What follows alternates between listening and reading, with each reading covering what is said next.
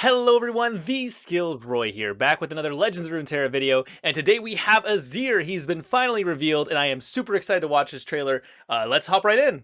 Shurima never fell. It only awaited my return. Alright, he's a 3-mana 1/5 with when allies attack, summon a Sand Soldier, and you've summoned 10 units as a level 1. Okay. See what I see, carry it with you. Emperor, I am Nice, honored. nice. Look at that sand animation. You dare! Oh yeah, they attack the Nexus directly. Cool. Shurima's strength is yours. Grant Sand Soldiers everywhere, +1/+0, and summon 2 Sand Soldiers. Okay. Actually not bad value there. Okay. Get some good blocks here. Glorious. They're running Marauders deck, I see. Remember Emperor this survive. day. Give enemies vulnerable this round and summon 6 Sand Soldiers. Holy shit, that just levels them up instantly, basically. I Woo! have risen. Let's fucking go! Shurima. That's so sick! Okay, so now when you summon them, you give both of them +1/+0. Okay. So now you just pull everyone away from them, yeah? Emperor commands. Wow, okay. I love that animation on the spears. Look at that.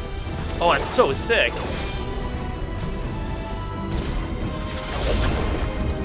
Damn.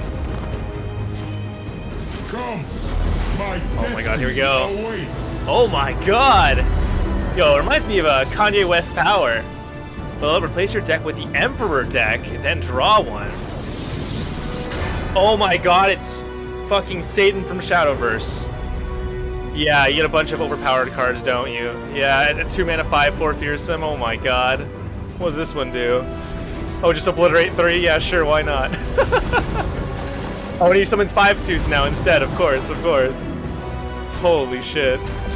They cheer on me. Our legacy is eternal. Wow. This card's insane. Card's actually crazy. Alright, of course, there's a bunch of other cards revealed as well, so we're gonna take a look at those right now, so let's hop right in. Okay, first up we have Emperor's Divide. 7 mana, give enemies vulnerable this round and summon 6 Sand Soldiers. Now, of course, Sand Soldiers are 1 mana 1/1s, so that's a pretty awful value, especially since they have Ephemeral. Not really good there, but of course, giving the enemy vulnerable, not too bad. But the fact you summon them in bulk allows you to get so much more tempo than your opponent, because remember, your opponent can typically only play 1 card in response, so generally they won't be able to match the amount of Sand Soldiers you're producing, especially if you manage to get more value on them. So for example, Voices of the Risen gives bonus attack to all of your allies as long as something's leveled up, and so cards like that can give a wide range of buffs to a whole board state are going to be perfect for Emperor's Divide. Not to mention, you're summoning 6 Sand Soldiers, which is 6 units to summon for Azir, literally over half his level up requirement, and considering this is at least at maximum turn 7, you're probably going to be getting close to summoning, leveling up him at that point anyway. So honestly, card's not too bad. You just definitely need to make sure you're running aura buffs with this, otherwise it's not going to be highly valuable. After all, we already have cards that summon a bunch of 1/1s for 2 mana, so I don't think this is incredibly good on flat value. It's only good because it's bulk and the tempo increase is really, really good, but you need high attack buffs to make use of it. Otherwise though, I'm excited to play this. I think we maybe run one of two of, maybe. Okay, next up we have Rite of Negation. 4 mana, fast speed spell, kill an ally or destroy one of your mana gems to stop all enemy fast spells, slow spells, and skills. So at first read, this seems like a better deny because it stops all spells, but don't worry, you're really not going to be hitting that many spells at once. Most relatively decent players, especially if they know they're playing against someone with Rite of Negation, are only going to cast 1 or 2 spells at a time. It's really not going to be able to make use of the all category, unless specifically against Rex. So that's already a big thing. And the second thing is you have to either destroy one of your mana gems or kill an ally. Now, killing an ally is not a part of the cost, which means the opponent can then kill it in response, and then you will lose the entire effect. And that's a huge deal. Now, you can destroy your own mana gems instead, but that's still pretty hefty cost too. At minimum, that's going to be about 5 mana essentially, and it can really come to bite you in the ass if you end up casting it too early and you fall too far behind on curve. That being said, I'm still going to call this a better deny, and for the sole purpose, you do not have to play Ionia. And Ionia, of course, is the only region originally that had any sort of counter spells, and now that another one is another region, and a region that, at least in my opinion, seems a lot more cohesive than Ionia does, I'm a lot more excited to run this card then. Even if I'm paying 1 more mana gem, typically I'm going to be using this on something that's dramatically going to change the board state, such as a Ruination or something, in which case I am probably not going to care that it's costing me that extra mana gem. Honestly, card seems really, really good, and the very fact you don't have to play Ionia and for counter spells now is a huge deal. And honestly, it's kind of frightening because now I'm just like, why am I playing Ionia unless I'm just playing Lee Sin? So hopefully Ionia gets some more buffs eventually, but like as of right now, it's hard to imagine wanting to play Ionia when cards like this exist. Okay, next up we have Azir's Arise. This is his champion spell, and it's 3 mana burst speed spell, summon a Sand Soldier. Sand Soldiers are, of course, again, the 1 mana 1/1 Ephemerals. Now, this seems like a pretty awful deal, especially when you compare it to cards like Risen Mists, but this card can get really out of hand really quickly because it allows you to create more of these Arises in your hand as many times as you can, right? So generally speaking, what this means is when you play it on 3, you're gonna get 1. If you play 6, you're gonna get 2. You pay 9, you're gonna get 3. This doesn't seem amazing, but the fact of the matter is that it can sometimes be extremely clutch in situations where you don't have a board state and the opponent open attacks into you with like 5 units, right? I'm imagining things like Discard Burn or other aggro decks where it's like turn 6, they have a huge board state and you have 6 mana and 3 spell mana and you can't wait to ruinate them or something, but instead they open attack you and you're like, okay, I need to live this turn. Like situations like that where the opponent doesn't have many overwhelmed creatures, this could be really, really important in those situations. And also, you can also use it on the offense as well as to help level up Azir at burst speed, and then get immediate attack off and do a bunch of damage to your opponent. Like, there's a lot of great uses for this. I still think it's a little overcosted. 3 mana is, like, pretty hard to really get a bunch of uses out of. Again, spell mana is a thing, but, like, it's still gonna be quite hard to get more than 3 out for this card without sacrificing a ton of tempo for yourself. That being said, again, I think its flexibility is the main benefit here, allowing you to instantly level up Azir when you need to, as well as get defenders when you need to, as well as push offense when you need to. It's never gonna be great at any of those things, but the fact that it can do all of them is what makes it really important. Okay, next up is Azir. Azir is coming, and oh my god, this guy is nuts. I'm so glad they saved him for last because this champion just has so much potential across a multitude of decks. I think the first one everyone's thinking of them, of course, is going to be something like Hecarim Ephemeral decks, where you're just playing Azir to fuel Hecarim later, and you play Hecarim later, attack with both of them, and you summon a bunch of Sand Soldiers and Horsemen, and then you just instantly kill them, right? Like, that's obviously a pretty decent deck to start off with, but you also have things like Demacia's Shurima, which we know are going to be a pretty solid combination already, and then you're going to have things that, like Scouts, for example. You play Grizzled Ranger and you get 2 Sand Soldiers on the attack, right? Things like that will be really, really useful for this, not to mention they already synergize with themselves already because a lot of Demacian units come in pairs. Things like Quinn, things like Grizzled Ranger, right? Like, those sort of cards are perfect for this sort of situation.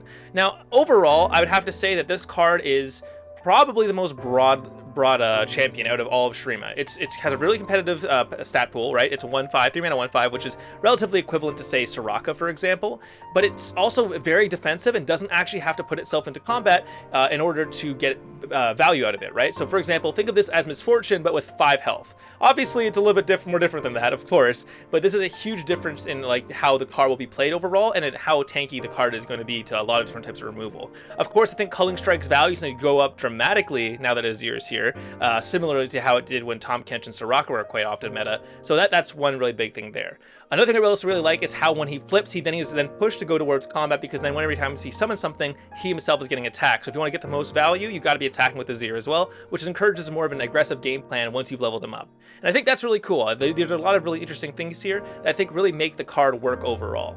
And thanks to his low mana cost, you can also curve from Azir into Renekton into the card that levels up all champions into leveling up off the Sun Disc. Like, it's a very obvious like line of cards there that you can really easily do. Like turn 1, 1-drop, turn 2, store your mana for the turn 5 play, turn 3 Azir, turn 4 Renekton, turn 5 play level up, blow them up on turn 6, right? Like there's actually a very real world where you get level 3 Azir, level 3 Renekton on turn 6, turn 7, right? So the fact that that's even possible is kind of insane, and I think that's a really big point that Mono Shurima will be pretty decent moving forward. I think landmark removal is going to skyrocket a lot in terms of like premium, but I think Azir is still fine even if he loses his Sun Disc. Like, summoning infinite Sand Soldiers while being defensive himself is very, very useful, and I think is like a really, really great way to sort of not only like show off his character, but also show off his like league counterpart too, because he's constantly standing back, summoning his soldiers do damage for him. Like, this card is great. I think this card is just genuinely amazing. We'll have to see just how good he is, but it's hard to imagine a world where Azir is not in multiple tier 1 or tier 2 decks, and I think that's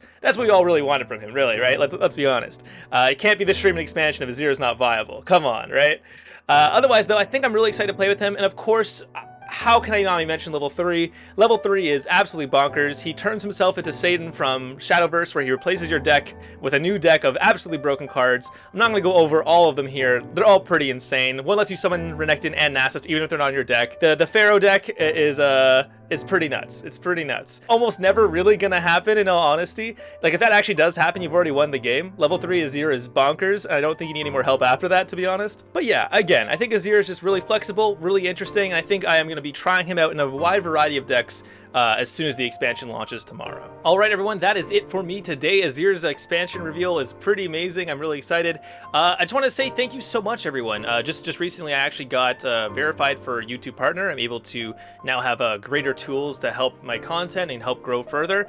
And honestly, I really wouldn't have gotten here if it wasn't for you guys. So thanks. Honestly, I really don't have I really don't have words to describe. I didn't expect this to go so well. I've only been doing this for about 5 to 6 months now, and it really took off, and I'm really thankful because it wouldn't have happened without you guys. I don't really know what I'm supposed to do for a 1,000 subscriber special, so let me know, I guess. I mean, we can figure out something. Maybe I'll do some question and answers or something like that. I'll leave my Curious Cat in the description. It's a site where you can ask me questions. I'll leave it there, and maybe I'll answer them either on that webpage, or I'll make a video out of it, who knows. But again, thank you so much for watching. I really do appreciate it. I will see you guys as the expansion unveils, and we'll get some really cool decks going. I'm really excited to start brewing already. Anyways, guys, that's it for me. Peace out.